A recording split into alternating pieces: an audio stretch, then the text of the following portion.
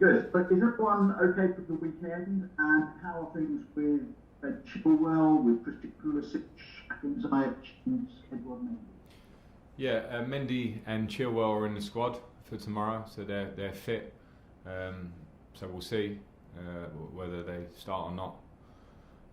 And then the other ones, Ziyech and Pulisic, are not far away. They're still in their recovery stage, so it's too early for them both. You've only had a few days to work with Edward, but what have you made of it so far? What does it mean to at least have him available? Yeah, all very positive. The early signs and interactions, just as a man and also on the training pitch. So he settled in very well in those few days, and we've made him very welcome as always. So yeah, no, it's competition. He's a good goalkeeper. We know that. We know a lot about him, and we'll see how we go.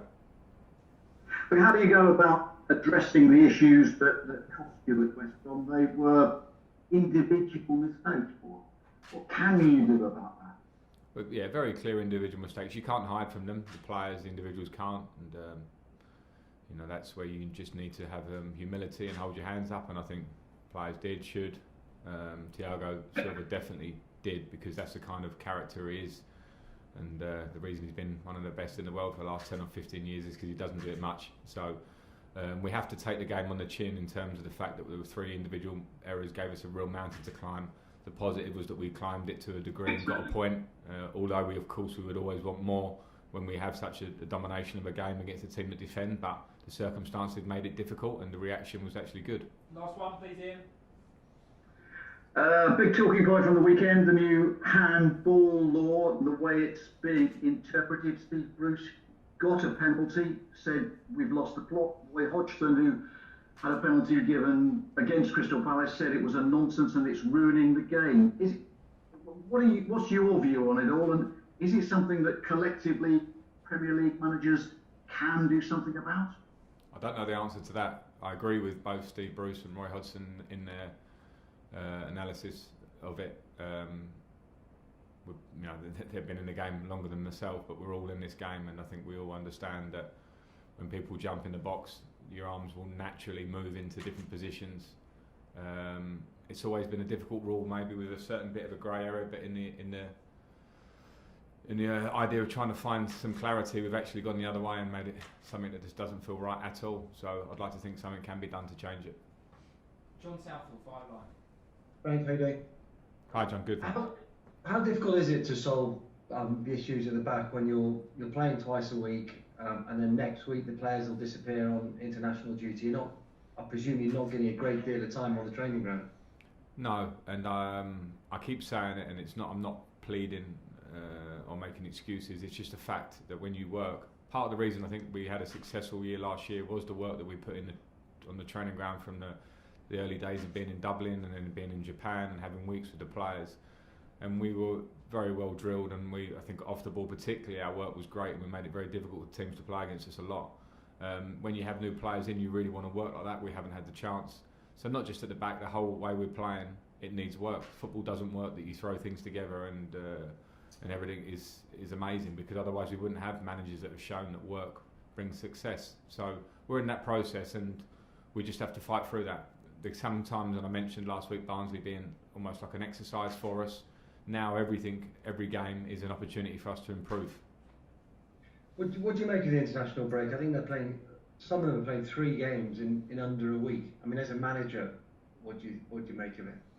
Well, I hope that the international managers, and I try and have as good a relations as I can with the ones I speak to related to our players, will use the games as well as they possibly can with their squads that they have, because 3 games is a lot when you think that we're back-to-back at the moment, and when we come back from that we'll be back-to-back again. I respect international football and I understand it has to be there. I just hope that the players go away and play and come back safely.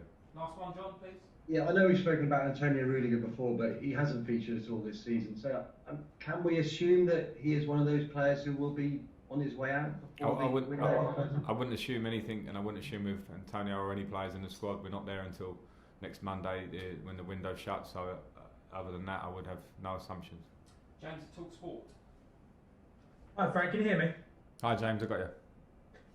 Frank, what's the latest on Kepa Do you think he might have potentially played his last game for Chelsea? Where do you see his future, especially over the next few days? No, I certainly won't go to the point of played his last game for Chelsea. I think it's been a difficult time for Kepa. I think that's well documented. I know it and he knows it. But we should certainly not jump to that conclusion. And also I think, which I felt quite strongly about in the last week, is also understand that Kepa is a young man, and a lot of the spotlight on him, I think, has become slightly unfair. I have to protect him because I know he's a good lad and playing with absolute professionalism and intent to do the best he can, as all the squad have to. And that's as much as I want to say about it now. Did you see Saturday as a bit of a reality check? Because you've got a lot of new players coming to the side. It's going to take a little while for them to gel. It's not possible for every single player to be an overnight success and for everyone to gel and you to get results and performances straight away. Yeah, it wasn't a reality check for me because I know that. It may be for someone on the outside. That's not the worst thing. Listen, we should have won the game and would have won the game without individual errors, which are not all necessarily related to new players or new feeling. But in terms of our performance so far, it's clear we have some new players in. We also have a few new players in that haven't even taken part yet because of injuries. So we haven't had time to train as a group. I'm very confident that the more we can work, the more the players can play together and feel each other and work on the things that we worked on a lot last year, but we have to now double down on, then we will improve. But it wasn't a reality check. I understood that. And any Premier League game is going to give you big challenges. And West Brom gave us a challenge in the way the game went. Last one, James. Spurs got a bye into this round because Leyton Orient couldn't fulfil that fixture last week. Did you think that was fair? Do you think this game should have maybe been postponed so a club like Leyton Orient could have got a big day out with a big TV audience and the money that would come with that as well, which I imagine would have come in handy at this time of year? Yeah, I have absolute sympathy for Leyton Orient. You know, it's an area that I know very well. I'm really still sympathetic to them, but unfortunately in the time that we're at, even I looked at it from our point of view and I thought that the game might be changed, and there's no way to put that game for us if we were going to postpone that game, because as soon as we come back from international duty we go League, Champions League, Champions League. So it's very unfortunate for Leyton Orient, and I don't know the details, but I think it seemed like the best solution, and maybe they've missed out, and let's hope that they can be compensated in some way to make up for that. Jerry Cox. Hi Frank, this is the second of 4 games in a week for Spurs, and Jose's hinted the Carabao Cup's probably his least important or lowest priority. Does that make you favourites, and where does it rank in Chelsea's ambitions this season? Yeah, I mean, I know that, and I know, Jose, it's a busy time for Tottenham because of the Europa League. It's a busy time for us all. You know, they had a free midweek last week.